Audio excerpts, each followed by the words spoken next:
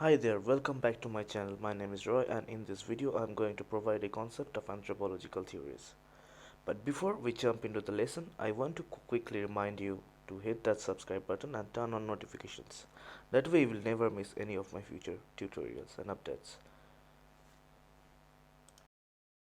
Hello and welcome to another lecture video series where we will talk about anthropological theories, specifically the classical evolutionism, and we will mention also E.B. Tylor, Lewis Henry Morgan, and James Frazer and their contribution and the concept they have developed. First, we will understand that what is anthropological theories and how it help to the anthropologist. Huh?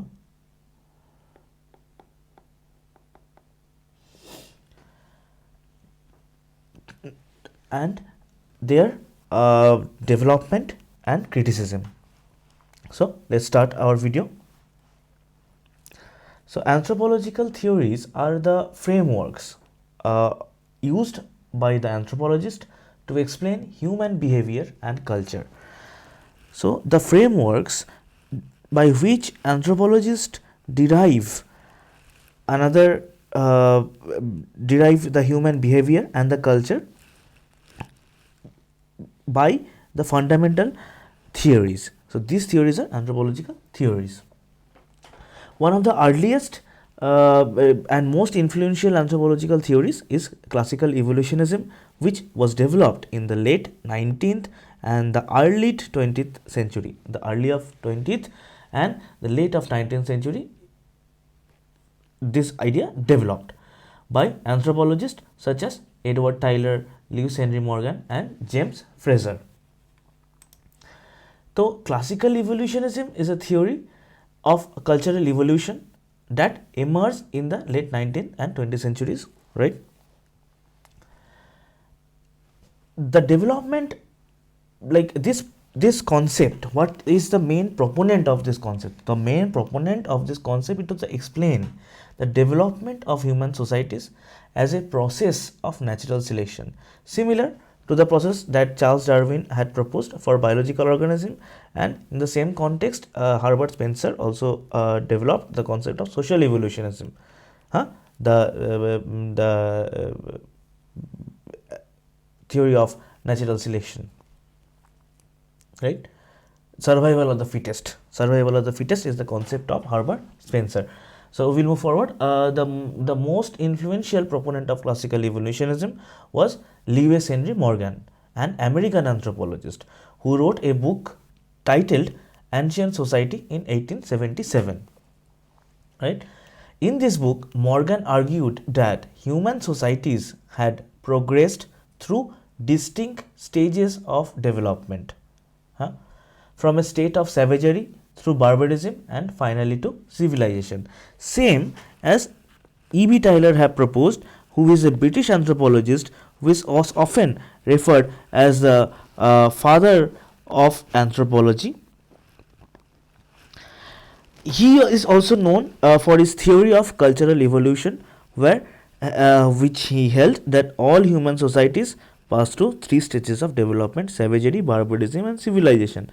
So this actual theory was developed by E.B. Tylor, which later conceptualized and developed by L.H. Morgan. Okay, an American anthropologist. So from here we can nucleify the structure that how evolutionism is distributed in the modern and contemporary basis. One is classical evolutionism, under which British, German, and American school of thought exist. Another is neo-evolutionism, which is a counterpart of the classical evolutionism developed on the later part, consist of the British school of thought and American school of thought. So according to Morgan, also the same, that each stage was defined by a particular level of technology and social organization. Okay, so each stage, savagery, barbarism, and civilization, these three stage conceptualized by E.B. Tylor and developed by L.H. Morgan. So, E.B. Tylor idea was simply savagery, barbarism in civilization in 3 stages. But Morgan later developed and conceptualized that each stage was defined by a particular level of technology. This stage have a particular specific level of technology from primitive to advanced. Okay, and in the social organization. So in the savage stage, for example, people lived in small nomadic groups and subsisted by hunting and gathering.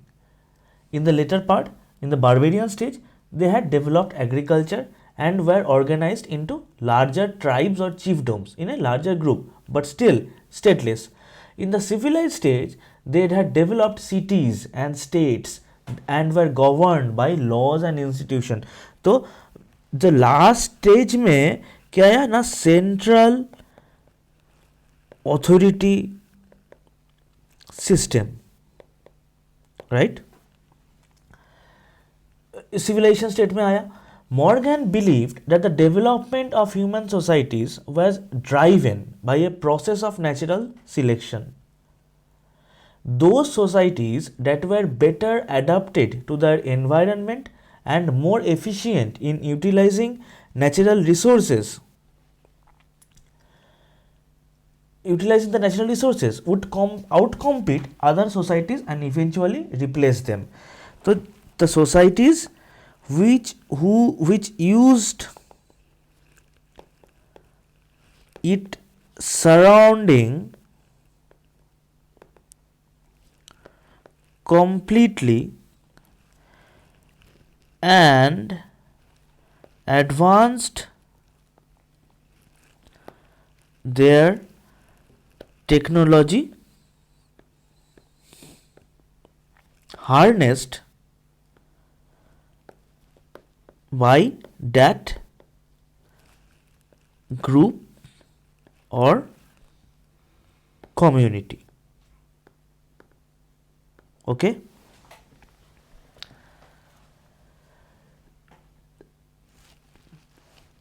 So this society developed and they have used the environment wisely and they have survived because they are technologically advanced, because they have utilized the natural resources and they are technologically advanced. So the outcompete or the communities or the group of people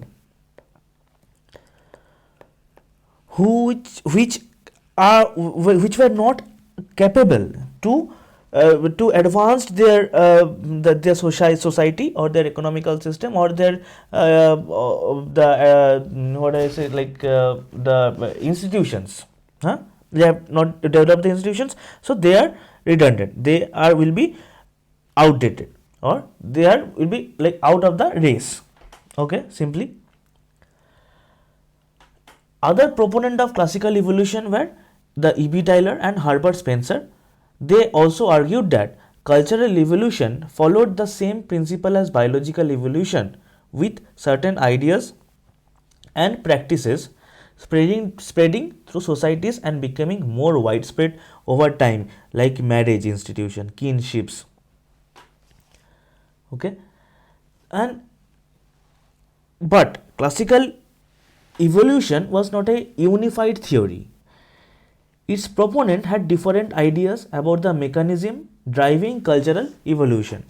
So every proponent have a different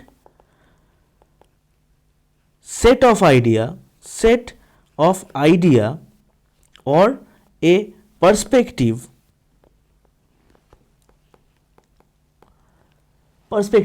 about the mechanism.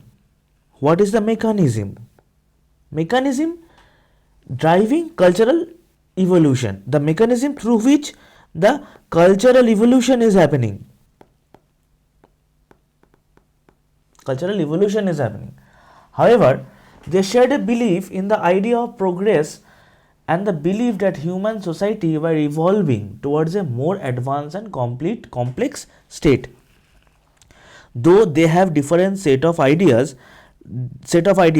but they are unified that the society A is developing through the time T to B, which is more advanced.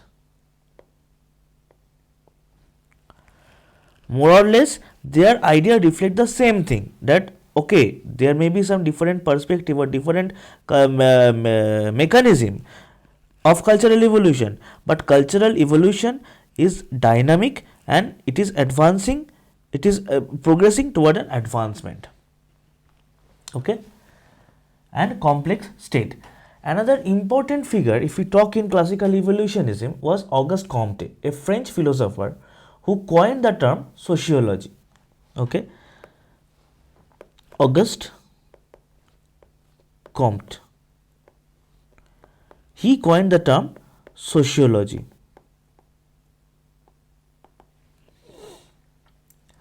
He also believed that human society progressed through three stages: the theological stages,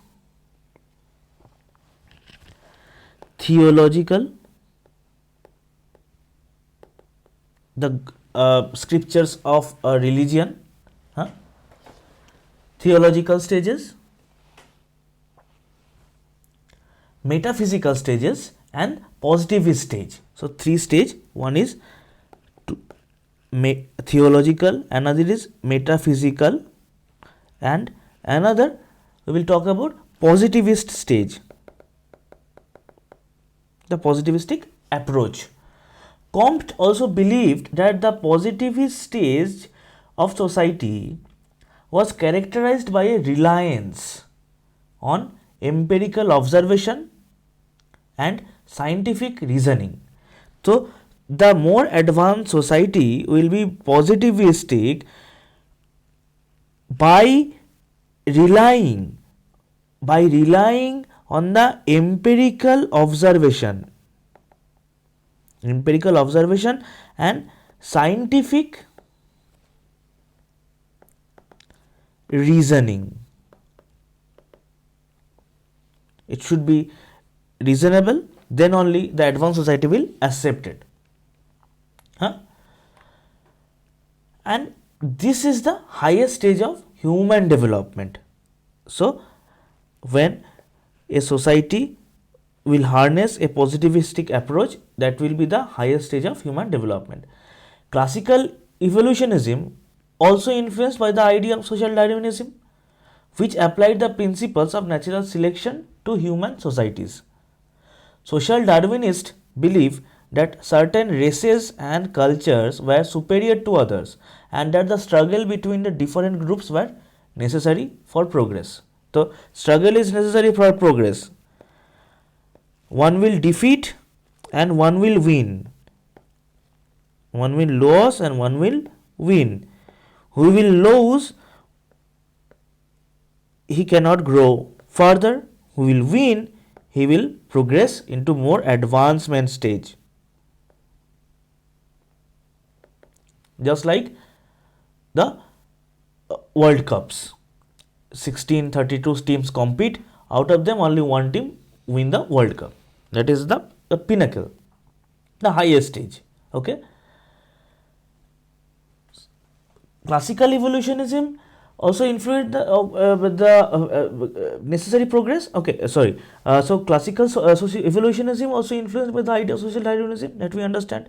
Now, the classical evolutionism also have criticization and fell out of the theories. Why?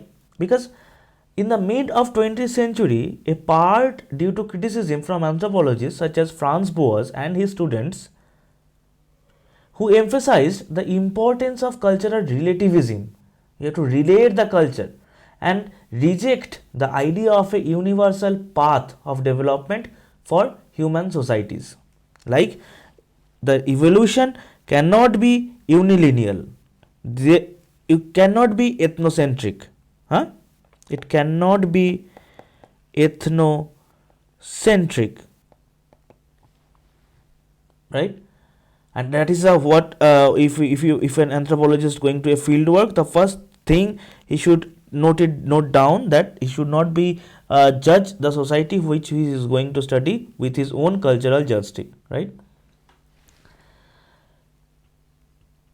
They argued that each culture should be understood on its own terms and that there was no objective way to rank culture as more or less advanced.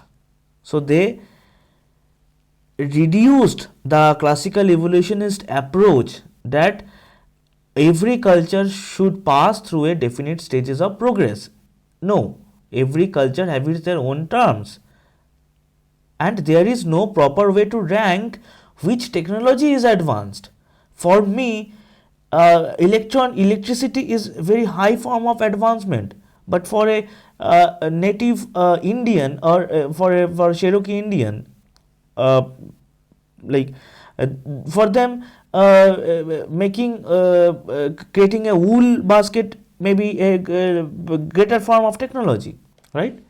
So that's how we differentiate society. We cannot say that the evolution should be on a unilinear way, A after B after C, like that.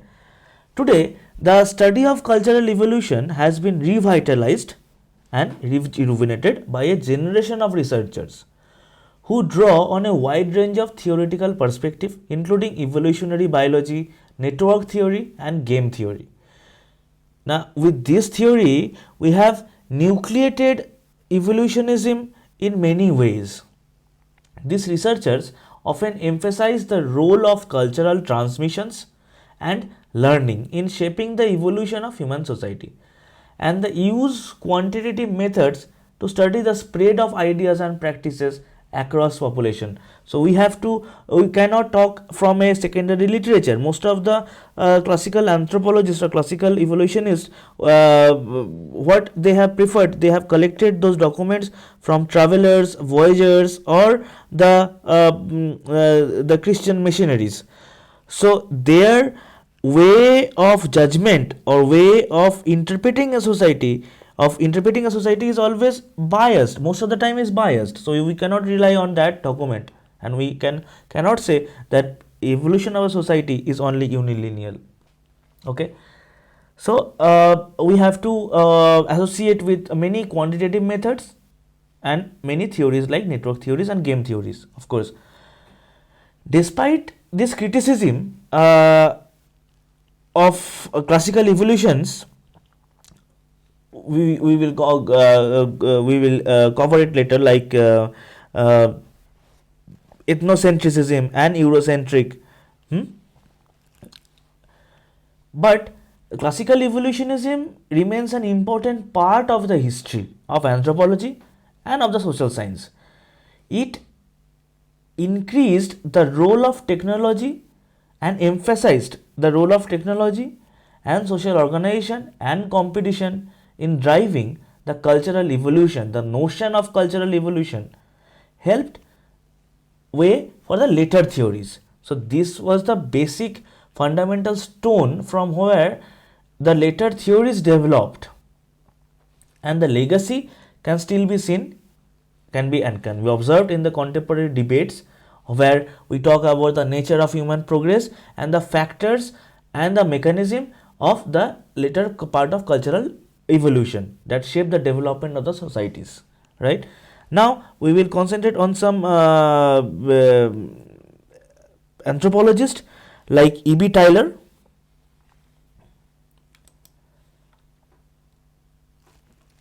who is an English anthropologist, who is also considered the founder of cultural anthropology, cultural segment of anthropology. He is best known for his concept of cultural evolution in his book Primitive Culture, where he explored the evolution of human culture and primitive to modern societies. Then we will concentrate on the L.H. Morgan. We will have a specific slides for specific presentations for this anthropologist later, not in this video. In this video, we'll only concentrate on the theory which they have developed. Lewis Henry Morgan was another American anthropologist. We already talked about him. That he was a lawyer who studied the Iroquois Native American tribe, and developed the theory of evolution of human society. He is best known for his work Ancient Society, which he argued that societies progress through stages of savagery, barbarism, and civilization with its developmental stages. Then we will concentrate on James Frazer. He was a Scottish anthropologist and also a folklorist who is best known for his seminal work, The Golden Bough. By reading this book, Malinowski was influenced, and he opted for anthropology later part, and he went to study into the Australian Aboriginals, and he have presented a report on that. He first published this on 1890, the monumental work which traces the evolution of human thought and beliefs from ancient times to the modern era, and how it is developed through the magics and religion. Then we will come with this. Yes, this is another important, the Morgan model, which was we was talking previously, that society have developed unilineal to savagery, barbarism, and civilization. Though Morgan have developed, conceptualized, and given advancement to the theory from E.B. Tylor, Morgan also developed that each stage have their interstages where technological advancement happened and complexity arises in the societies, a power centric society towards a power centric society. Then of course we have talked about this, that how the work of Tylor and Morgan and Frazer influenced generation of anthropologists and their ideas to continue the debate and refine the contemporary scholars. Of course, we use a variety of theoretical frameworks today, like cultural ecology, cultural materialism, symbolic anthropology, and postmodernism, among others. We will discuss some of the important books related to the classical evolutionism, like in 1890 we have James Frazer, The Golden Bough, John Lubbock, Prehistoric Times, Henry Maine, 1861, Ancient Law, Primitive Marriage of MacLennan, 1865, where he have developed the idea of the exogamy and endogamy.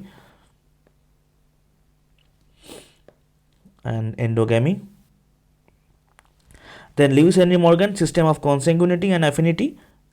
Here he talked about the kinship system of Iroquois kinship system, and ancient societies, where he developed the interstages of the unilineal model, progress from savagery through barbarism to civilization, and E.B. Tylor in like 1871, the primitive culture. So I think we understand the basic concepts of the classical evolutionism and their proponent. Thank you. And that's it for this video. I hope you find it helpful and informative. If you have any questions or comments, please feel free to leave them down below in the comment sections, and don't forget to give this video a thumbs up if you find it useful. Thanks for watching, and I will see you in the next video.